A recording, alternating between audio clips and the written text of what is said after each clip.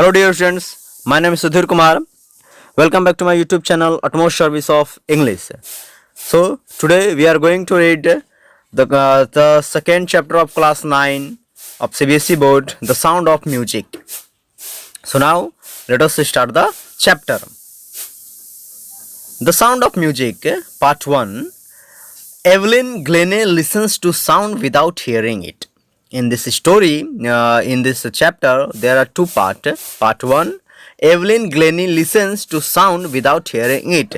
Means there is a character, Evelyn Glennie, वो जो है साउंड को सुनती है, उसके कान भी नहीं होते हैं. She was unable to hear anything but she listens to sound without hearing it. Means वो साउंड को वो सुन सकती है, वो गाना को बिना कान होते हुए भी किसी चीज़ को फील करना, किसी चीज़ को सुनना.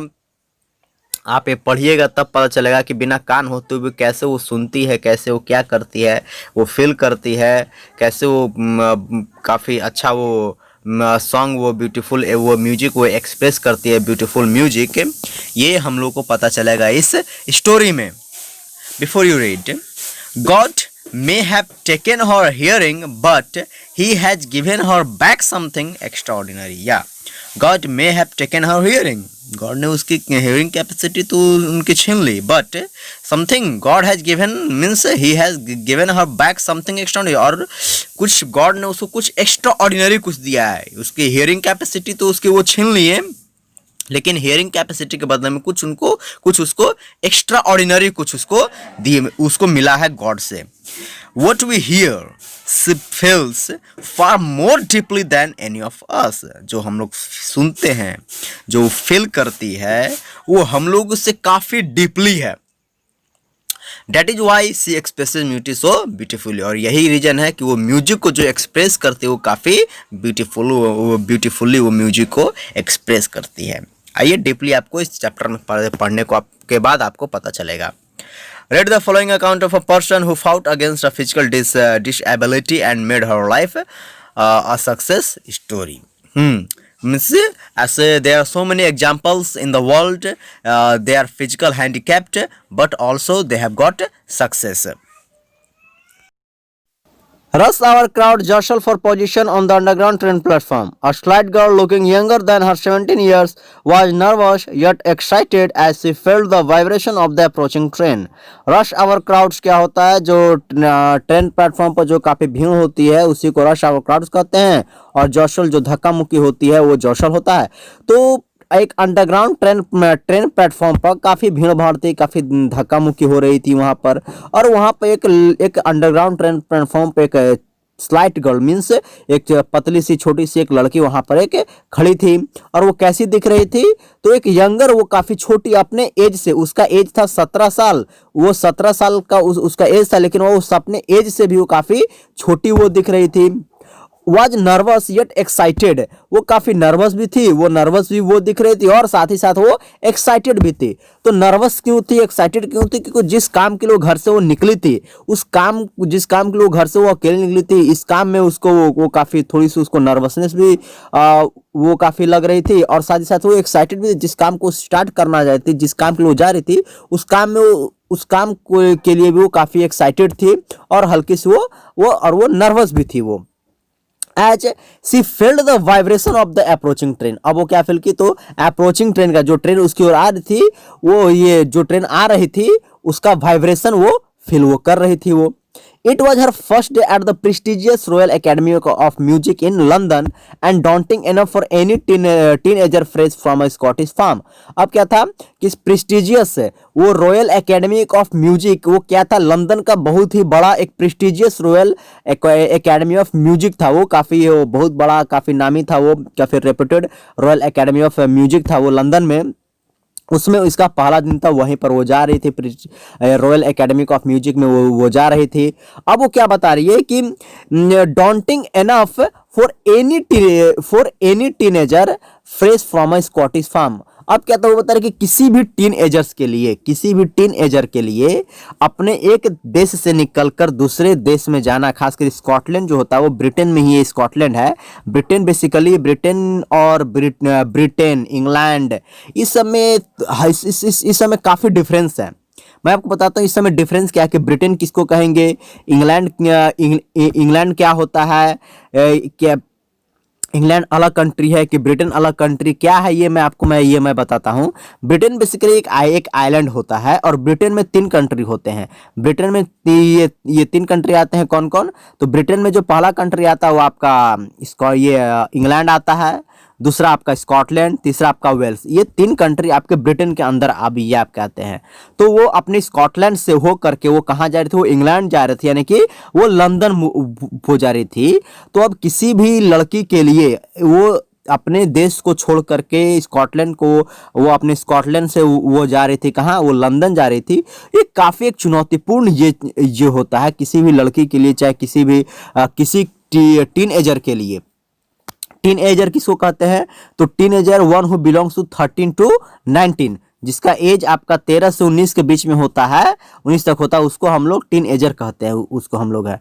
तो ये किसी भी टीन एजर के लिए ये काफ़ी चुनौतीपूर्ण ये होता है। But this aspiring musician faced a bigger challenge.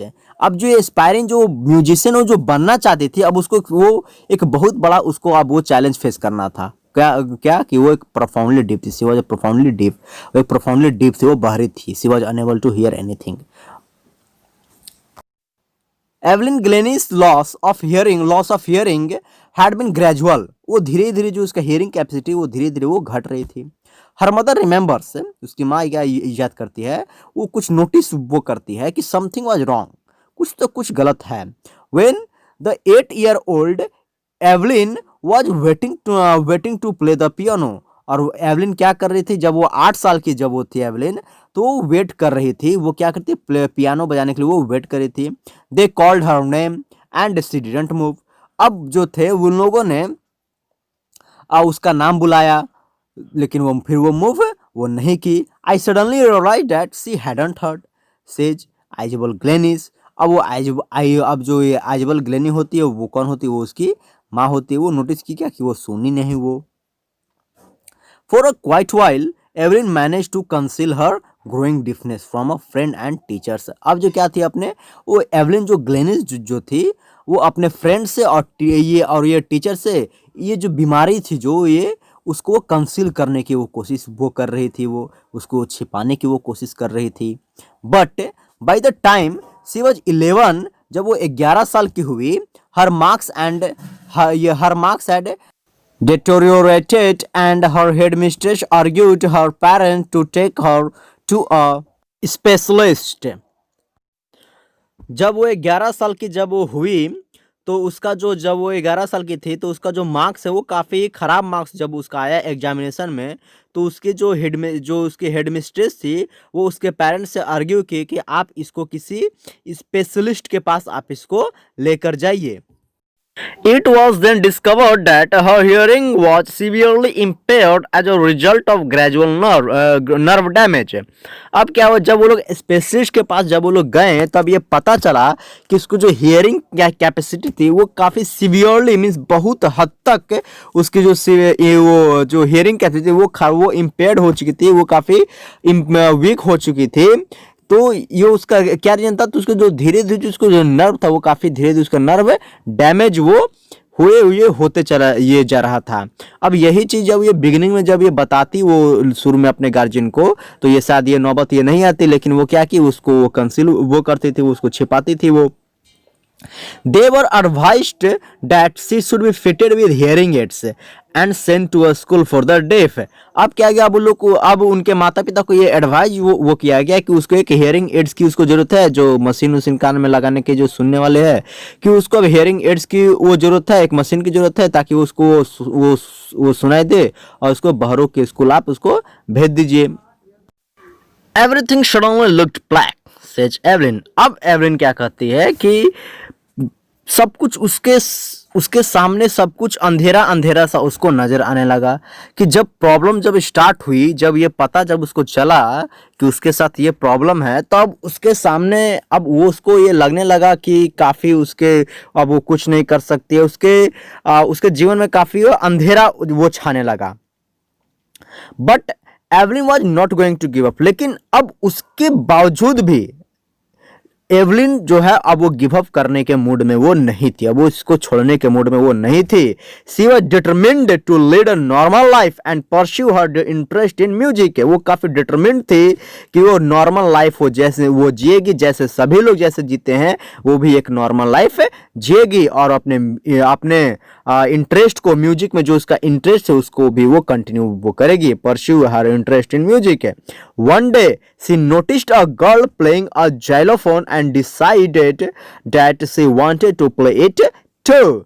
अब वो क्या देखी, वो एक दिन वो किसी लड़की को वो नोटिस की कि वो जाइलोफोन वो बजा रही। Xylophone is a musical instrument with a row of wooden bars and different lengths. Means है कि you may say this is a musical instrument. ये म्यूजिकल इंस्ट्रूमेंट आप इसको ये कह सकते हैं। तो उसको एक लड़की को ये जाइलोफोन वो बजाते हुए वो नोटिस की। अब वो उस चीज़ को डिसाइड की कि वो भी इसको सीखना चाहती, वो भी उसको वो बजाना चाहती है। Most of the teachers discouraged her but persecutionists run for fops spotted her potential। Most of the teachers discouraged her, और क्या किया, ज़्यादा से ज़्यादा जो टीचर्स थे उसके लाइफ में जितने भी टीचर्स आए हैं वो सभी के सभी टीचर्स हैं। Means most of the teachers, ज़्यादा जो टीचर्स थे उसको डिस्करेज किए हैं उसको कि तुम जिस फील्ड में तुम जाना चाहते हो, जिस फील्ड में तुम जा रही हो वो फील्ड तुम्हारे लिए नहीं है। अब वो क्या थी, लेकिन जो परक्यूशनिस्ट जो था, जो रन फॉप्स जो था, ये रन फॉप्स उसमें के जाने माने काफ़ी म्यूजिशियंस परक्यूशनिस्ट जो थे, वो रन फॉप्स ने उसके अंदर की पोटेंशियल को उन्होंने रिकॉग्नाइज किया कि नहीं इसके अंदर कुछ बात है। उसने उसके अंदर के पोटेंशियल को, उसके अंदर के कैपेसिटी को, उसके अंदर के क्षमता को उसने देखा। He began by tuning two large drums to different notes. अब वो क्या करने लगे, अब उन्होंने शुरुआत ये कैसे की, तो tuning two large drum to different, अलग अलग नोट्स पर दो लार्ज ड्रम को उन्होंने बजाया। Don't listen through your ears. अब वो क्या बोले कि, अब वो बोले उसको एवलिन को कि तुम इसे सुनो लेकिन अपने कानों से इसे तुम मत सुनो। Try to sense it some other way. तुम इसे सेंस करने की कोशिश करो किसी दूसरे वे में, इसे कानों से तुम मत सुनो। Says Evelyn, try to sense it some other way. Says Evelyn, suddenly I realised I could feel the other higher drum from the waist up and the lower one from the waist down. अब क्या हुआ, अब अचानक, अब Evelyn क्या करती है, अब अचानक क्या हुआ, क्या रियलाइज्ड, अब एवलिन क्या रियलाइज करती है, I could feel the higher drum. अब वो क्या फील कर सकती है, वो हायर ड्रम को फील कर सकती है फ्रॉम द वेस्ट अप, उसके वेस्ट से, उससे कमर से ऊपर की ओर, और जो लोअर वन था उसके कमर से नीचे की ओर, उसको फील वो कर सकती थी। जो ड्रम जो रखे हुए थे वो उसके एक कमर से एक उसके ऊपर रखे हुए थे और एक नीचे रखे हुए थे। तो जब वो ट्यून किए जब वो ड्रम को, तो वही वो फील वो कर रही थी, एक वेस्ट अप से वो फील कर रही थी, एक दूसरा वेस्ट डाउन से वो फील कर रही थी। Forbes repeated the exercise and soon Evelyn discovered that she could sense certain notes in different parts of her body। Forbes जो है उसी एक्सरसाइज को, ड्रम बजाने की एक्सरसाइज को रिपीट वो करते रहते थे, और एवलिन जो है, एवलिन को फिर क्या वो डिस्कवर की अपने आप में वो कि सी कुड सेंस सर्टेन नोट्स। अब जो ड्रम से निकलने में जो वेव्स जो होती थी, जो नोट्स जो होती थी, वो अपने डिफरेंट पार्ट्स ऑफ बॉडी में, जो बॉडी के जो डिफरेंट पार्ट, तो उसमें वो उसको फील कर सकती थी। वो जो नोट्स जो उससे जो वेव जो निकलती थी, ड्रम से निकलने वाले जो तरंगे जो होती थी, उस तरंगे को वो फील कर सकती थी, उसको सेंस वो कर सकती थी अपने बॉडी में। I had learn to open my mind and body to sound and vibrations. अब वो क्या वो सीख ली थी वो, तो अब वो अपने दिमाग को इस कदर वो डेवलप वो कर ली थी। ओपन माई माइंड का मतलब, कहने का मतलब कि वो अपने दिमाग को डेवलप करना, वो डेवलप वो कर ली थी कि अपने दिमाग से, क्योंकि उसके कान तो थे नहीं, उसको जो भी अपना काम करना था सब उसको अपने दिमाग उसका डेवलप रहता। अगर वो दिमाग उसको कब कहाँ किस और उसको दौड़ाना है, जब ये सब कुछ वो सीख ली थी कि कैसे साउंड के लिए जो है ये कैसे उसका बॉडी जो है वो साउंड कैसे उसका बॉडी को फील करता है, कैसे वाइब्रेशन को फील करता है, मतलब ये सब चीज़ वो सीख ली थी वो। द रेस्ट वाज सिर्फ डिटर्मिनेशन एंड हार्डवर्क। और बाकी के जो काम थे वो बाकी के काम डिटर्मिनेशन और हार्डवर्क थे। बिना आप जब डिटर्मिन्ड आप किसी काम के प्रति आप नहीं रहिएगा और आप हार्डवर्क नहीं कीजिएगा, then you can't achieve anything in your life. अपने लाइफ में आप कुछ भी आप अचीव नहीं कर सकते हैं। For achieving something then you have to be work like an ox. दिन भर काम आपको करते रहना, ये आपको होगा कम से कम अपने most of the you have to remember one thing, most of the time should be engaged. अपने टाइम को ज़्यादा से ज़्यादा किसी न किसी काम में अपने आप को आप इंगेज रखिए। Then you can achieve anything. सिर का मतलब होता है transparent, means you have to be transparent to your work. अपने काम के प्रति आपको ट्रांसपेरेंट होना है, अपने काम के प्रति आपको वफादार होना है, लॉयल तो आपको होना ही होना है, प्लस आपके काम में ट्रांसपेरेंसी भी होनी चाहिए। She never looked back from that point onwards. अब वहां से वो कभी पीछे मुड़कर वो नहीं देखी। She toured the United Kingdom with a youth orchestra and by the time she was 16, she had decided to make music her life. अब जब वो यूथ ऑर्केस्ट्रा के साथ वो यूके गई, और जब वो यूके गई तब वो कितने साल की थी? तब वो 16 साल की थी। और उसी समय उसने इस चीज़ को उसने काफ़ी डिसाइड उसने ये कर लिया था कि म्यूजिक को ही लाइव बनाना उसने ये डिसाइड कर लिया था। She auditioned for the Royal Academy of Music. अब वो क्या दी? वो ऑडिशन वो दी, वो किसके लिए? तो रॉयल एकेडमी ऑफ म्यूजिक के लिए वो ऑडिशन वो दी। और उसमें वो one of the highest marks in the history of academy, मतलब इस एकेडमी में अभी तक जितने मार्क्स किसी का नहीं आया था, उस पूरे एकेडमी के हिस्ट्री में सबसे ज़्यादा मार्क्स उसने गेन किया था। She gradually moved from orchestral work to solo performance। अब वो धीरे धीरे अब वो किस ओर वो मूव की? तो from orchestral work to solo performance. और वो ऑर्केस्ट्रल वर्क में सोलो परफॉर्मेंस फिर वो करती थी, मीन्स वो अकेले वो परफॉर्मेंस वो करती थी। एट द एंड ऑफ और 3 ईयर कोर्स, अब वो जो कोर्स वो करी थी वो 3 साल का वो कोर्स कर रही थी वो। सी हैड कैप्चर्ड, इस कोर्स में 3 साल के कोर्स में she had captured most of the top awards. अब जितने भी सारे टॉप अवार्ड्स थे वो सभी के सभी टॉप अवार्ड्स को उसने वो कैप्चर किए। ज़्यादा से ज़्यादा जितने भी टॉप अवार्ड्स थे, ज़्यादा से ज़्यादा अवार्ड्स को उसने कैप्चर किया, टॉप अवार्ड्स को उसने कैप्चर किया। And for all this, Evelyn won't accept any hint of heroic achievement. If you work hard and know where you are going, you will get there. And she got right to the top, the world's most sought after multi-percussionist with a mastery of some 1,000 instruments and hectic international schedule.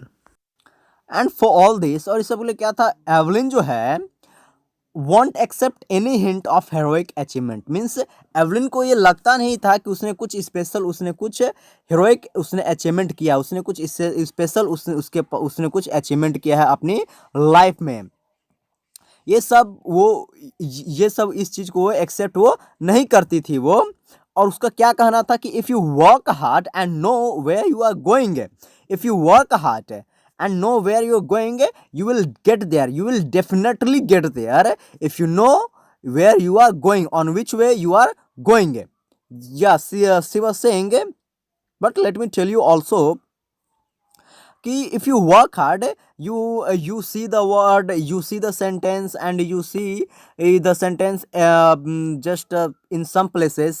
If you work hard, then I'll just how will you work hard? If you work more, if you study more and more, this is the also work. This is the also work. But also if you work, just engage yourself in your work, just in your study activity, in your work, in your house activity. This is also a work. So just your most of the time should be engaged in a work. So this is the also work. So if you work hard to your to what you are doing, this is also work hard. And so be concentrated and be determined to your work, what you are doing. So this is the also a way to achieve to achieve your goal. So also she was saying, if you work hard and know where you are going, you will get there, means you will definitely get there, means you will get success in your life. And she got right to the top, and definitely she got it, means yes, she got right to the top. The world's most sought after multi percussionist with a mastery of some thousand instruments, and she got right to the top of her life, means she got success, and she reached the and she reached the climax of her life. And the world's most sought after means what? Means the public, means public demands, public demands her. She got well acquainted, she got famous, and public demands her. The world's most, and in the world's most sought after multi percussionist means with a mastery of some thousand instrument, means she was able to play thousands of instrument. She could play thousands of instruments, and hectic international schedule, and she was very busy in international schedule. Hectic means busy. तो हम लोगों ने क्या देखा कि वो बोलती है कि अगर आप काफ़ी हार्ड वर्क करते हैं और आपको पता है कि आप किस ओर जा रहे हैं, किस रास्ते पर जा रहे हैं, तो डेफिनेटली आप वहाँ पर आपको अचीवमेंट आपको मिलेगी ही मिलेगी। बट एक और चीज़ है कि आपको अचीवमेंट मिलने के बाद you don't have to show your arrogance, कि आपको अपना एरोगेंस आपको नहीं ये करना है। अचीवमेंट मिलने के बाद बहुत लोगों में घमंड आ जाती है। एंड शी गॉट, और वही चीज़ है, और वही चीज़ जो उसके अंदर जो थी, और इसी एबिलिटी के चलते उसको अपने वो लाइफ के अपने टॉप पर वो पहुंची, अपने क्लाइमेक्स पर वो पहुंची। अब वो दुनिया में सबसे ज़्यादा वो शॉर्ट आफ्टर वो मल्टी परकशनिस्ट वो बनी। वो दुनिया में सबसे ज़्यादा पब्लिक लोग उसकी काफ़ी लोग डिमांड लोग करते थे, उसकी फ़ैन फॉलोइंग काफ़ी ज़्यादा ये हो गई, लोग काफ़ी लोग उसकी डिमांड लोग ये करते थे। और वो परक्यूशनिस्ट मल्टी परक्यूशनिस्ट वो थी, मतलब कि वो मास्टर, वो थाउजेंड्स इंस्ट्रूमेंट को वो प्ले वो कर सकती थी। वो जितने भी परक्यूशनिस्ट ये जितने भी ये इंस्ट्रूमेंट जितने भी होते थे, थाउजेंड्स इंस्ट्रूमेंट पर उसका कमांड था, वो सभी को वो प्ले वो कर सकती थी। और वो इतना बिजी, वो काफ़ी इंटरनेशनल शेड्यूल में, अब उसको देश से उसको डिमांड आने लगे, वो काफ़ी वो बिजी बनने लगी, उसका शेड्यूल काफ़ी हेक्टिक हो गया। It is intriguing to watch Evelyn function so effortlessly without hearing. और एवलिन का फंक्शन जो है, वो दर्शक जो है वो काफ़ी वो इंट्रिग्यूइंग था। ये वो दर्शक के लिए जो एवलिन का फंक्शन था वो काफ़ी इंट्रिग्यूइंग था, काफ़ी वो फैसिनेटेड होते थे, काफ़ी वो ये क्यूरियस होते थे एवलिन का फंक्शन देखने के लिए, कि कैसे वो एफर्टलेसली वो इंस्ट्रूमेंट को वो बजाती है, वो बिना सुने हुए। In our 2 hour discussion she never missed a word. अब जो राइटर जो थी, वो राइटर जब वो डिस्कशन जब वो उससे वो कर रही थी, तो वो एक भी वर्ड वो डिस्कशन में वो मिस वो नहीं की। वो man with bushy beards gave me trouble. अब जो वैसे आदमी जिनकी काफ़ी बुशी बियर्ड्स होती है, काफ़ी बड़े जो काफ़ी दाढ़ी होते हैं, वो उनको काफ़ी ट्रबल वो देते हैं। सी लव्ड, वो काफ़ी हंसती है। फिर it is not just watching the lips, it's the whole face, especially the eyes. She speaks flawlessly with a Scottish lilt. अब क्या था कि जब उससे आप बातें जब उससे आप कीजिएगा, तो वो उसकी जो है आपके लिप्स, ना केवल वो आपके लिप्स बल्कि वो पूरे फेस को आपको रीड वो करती है, स्पेशली आंखें। और जब वो बोलती है, she speaks flawlessly with Scottish lilt है, और जो वो बोलती है तो अपनी स्कॉटिश लिल्ट, जो उसका बचपन से जहाँ वो रही है स्कॉटलैंड में, तो वहीं का जो लिल्ट है, जो वे ऑफ स्पीकिंग होता है, बात करने जो तरीका होता है, जैसे हम लोग इंडियंस हैं, तो हम लोग इंडियंस कितनी भी हम लोग इंग्लिश बोले, लेकिन हम लोग कभी ब्रिटिश लिल्ट में हम लोग कभी वो नहीं बोल सकते हैं, that is lilt.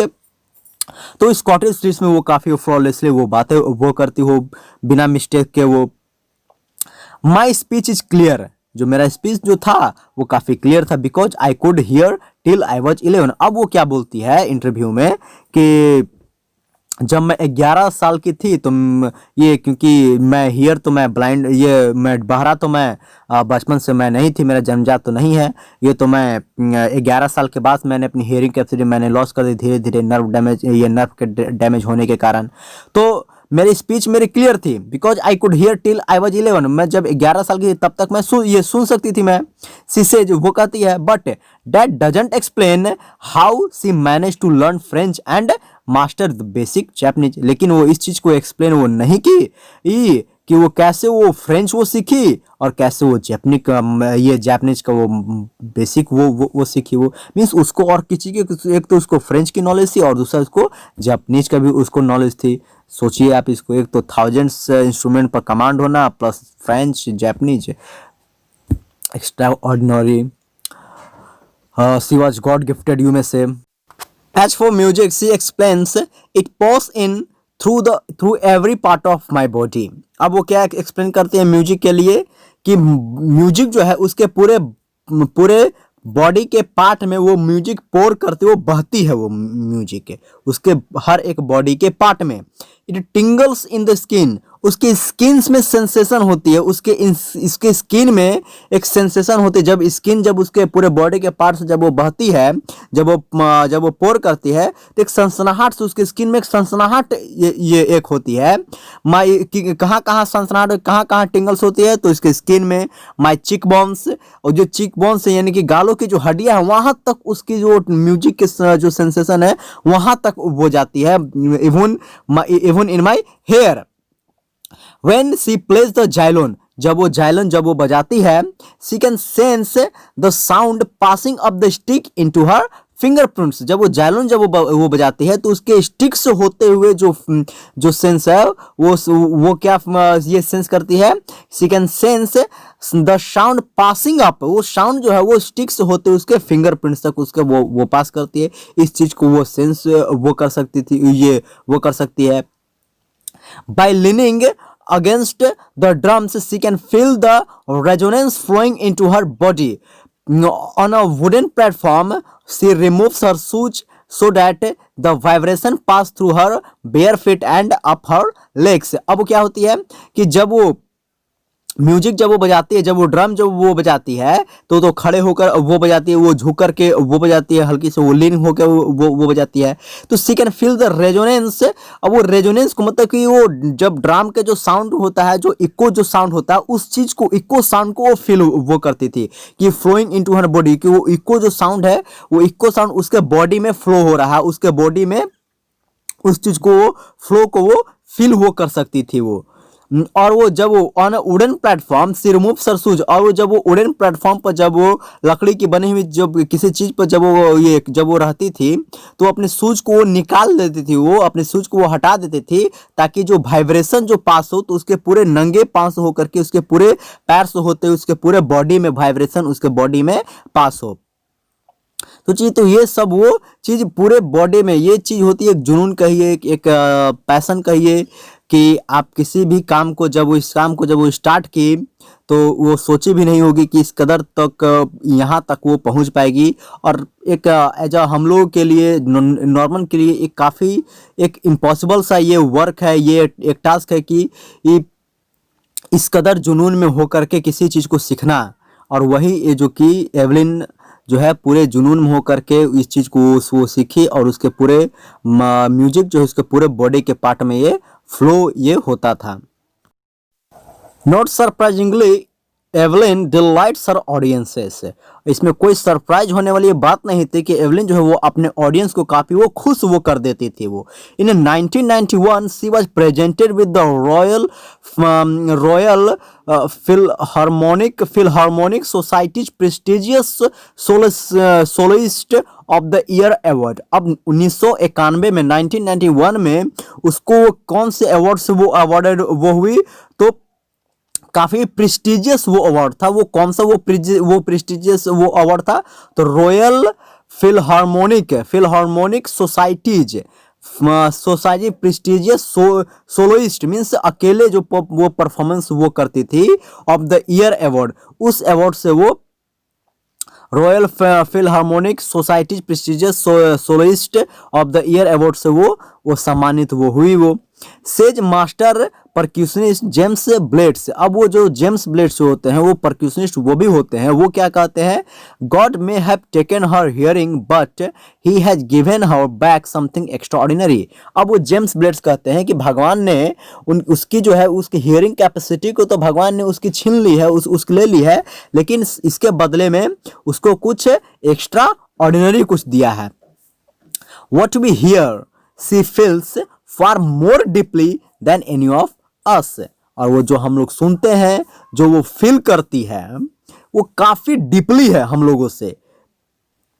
That is why she expresses music so beautifully। यही रीजन है कि वो म्यूजिक को इतना ब्यूटीफुली वो एक्सप्रेस वो करती है। Evelyn confesses that she is something of a workaholic, और एवलिन जो है वो कन्फेस करती है कि वो एक वर्काहॉलिक है। क्या वो ये वर्काहॉलिक है कि मतलब जो काम बहुत ज़्यादा, वो दिन रात वो जो काम जिसको करना पसंद होता है, जिसको हैबिट होती है काम करने की, वो उसको हम लोग वर्काहॉलिक कहते हैं। और एवलिन भी वही थी, उसको बैठे रहना उसको पसंद नहीं था, उसको काम करना उसको पसंद था।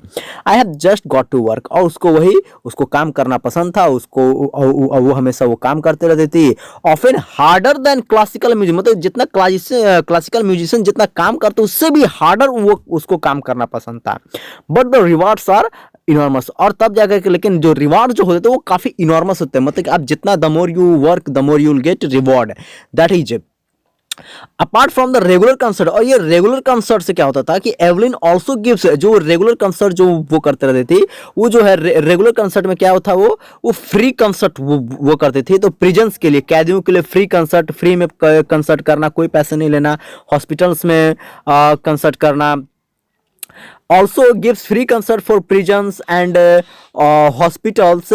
सी also gives a high priority, और वो हाई प्रायोरिटी देती थी, वो ज़्यादा प्राथमिकता वो देती थी किसको, two classes for young youth, for young musicians. जो यंग म्यूजिशियंस जो होते थे, जो सीख रहे होते थे, उनको भी वो सिखाती थी, उनको भी वो काफ़ी प्रायोरिटी वो देती थी।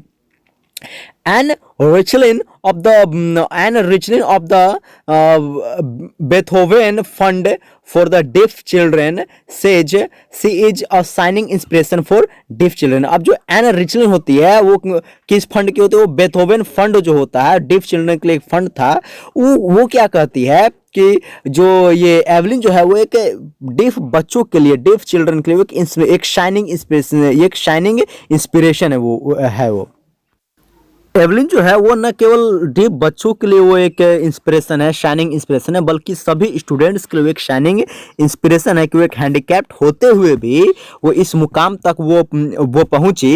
और बहुत ऐसे बच्चे होते हैं, बहुत ऐसे स्टूडेंट होते हैं जो पढ़ने में अच्छे होते हैं, लेकिन उनके विल पावर, उनके डिटर्मिनेशन, लैक ऑफ डिटर्मिनेशन के कारण, लैक ऑफ विल पावर के कारण वो अपने ट्रैक से वो डिस्ट्रैक्ट वो हो जाते हैं।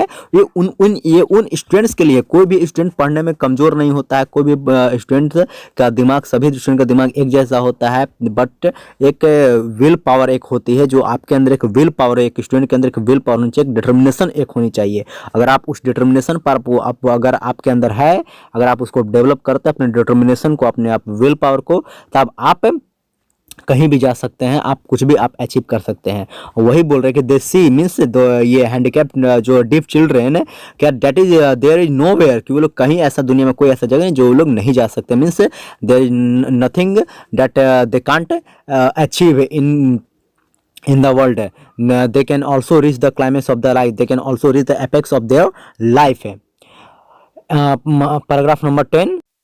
Evelyn Glennie has already accomplished more than most people twice her age। अब क्या कि जितने उसके दुगने वाले, जितने के उम्र के जो लोग थे, वो लोग जितना इस उम्र में जो लोग इतना अचीव वो लोग नहीं कर पाए अपनी उम्र में, वो इसी उम्र में उन लोग से दुगने वो अचीवमेंट वो हासिल वो कर ली। She has brought percussion to the front of the orchestra and demonstrated that it can be very moving। और वो percussion को वो ऑर्केस्ट्रा के फ्रंट में वो लाई और वो शो की सबको कि ये काफ़ी मूविंग हो सकता है। She has given inspiration to those who were handicapped, people who look to her and say if she can do it, I can। And not the least, she has given enormous pleasure to the millions। अब क्या हुआ कि ये जो एवरेन जो granny है वो एक इंस्पिरेशन है। इंस्पिरेशन किन के लिए? तो उन हैंडीकैप्ड बच्चों के लिए वो एक इंस्पिरेशन है जो अपने आप को ये समझते हैं कि मैं कुछ नहीं कर सकता हूँ। वो उन सभी के लिए वो इंस्पिरेशन है कि वही है कि पीपल उसको देखते हैं, उसको कहते हैं देख करके कि यदि वो कर सकती है तो मैं भी कर सकता हूँ, मैं भी कर सकती हूँ। और वो एक काफ़ी एक इनॉर्मस प्लेजर, वो काफ़ी लोगों को, काफ़ी वो मिलियंस को वो प्लेजर, वो सभी को वो काफ़ी वो प्लेजर वो दी। इसलिए if you are physically unfit, then don't think your mental should be fit. That is the main matter. You have to be fit mentally. Not, it is not matter you are unfit, you are unfit physically, that doesn't matter. Okay, this is the very motivational chapter, and I hope you have learned it. And thanks for watching my video. Thank you.